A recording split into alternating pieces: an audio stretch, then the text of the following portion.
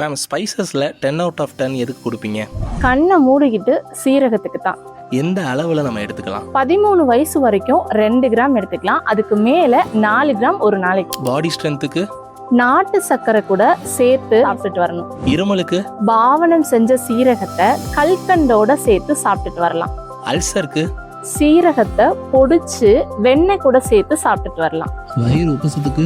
சீரகம், ஏலக்காய், பச்சை கற்பூரம் இது 3ஐயும் சம அளவு எடுத்து பவுடர் பண்ணி சர்க்கரை கூட சேர்த்து காலை மாலை 2 வேளை இந்த 3 விரல் அளவு சாப்பிட்டுட்டு வரலாம். ஒயிட் டிஸ்சார்ஜுக்கு?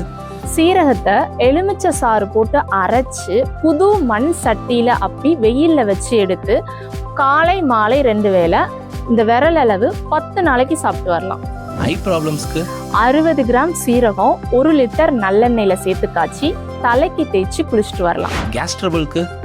கரிசலாங்கண்ணி சாறுல ஊற வச்சு அதை பவுடர் பண்ணி 4 கிராம் அளவு, அது கூட சர்க்கரை 2 கிராம், சுக்கு பொடி 2 கிராம் சேர்த்து சாப்பிட்டுட்டு வரலாம்.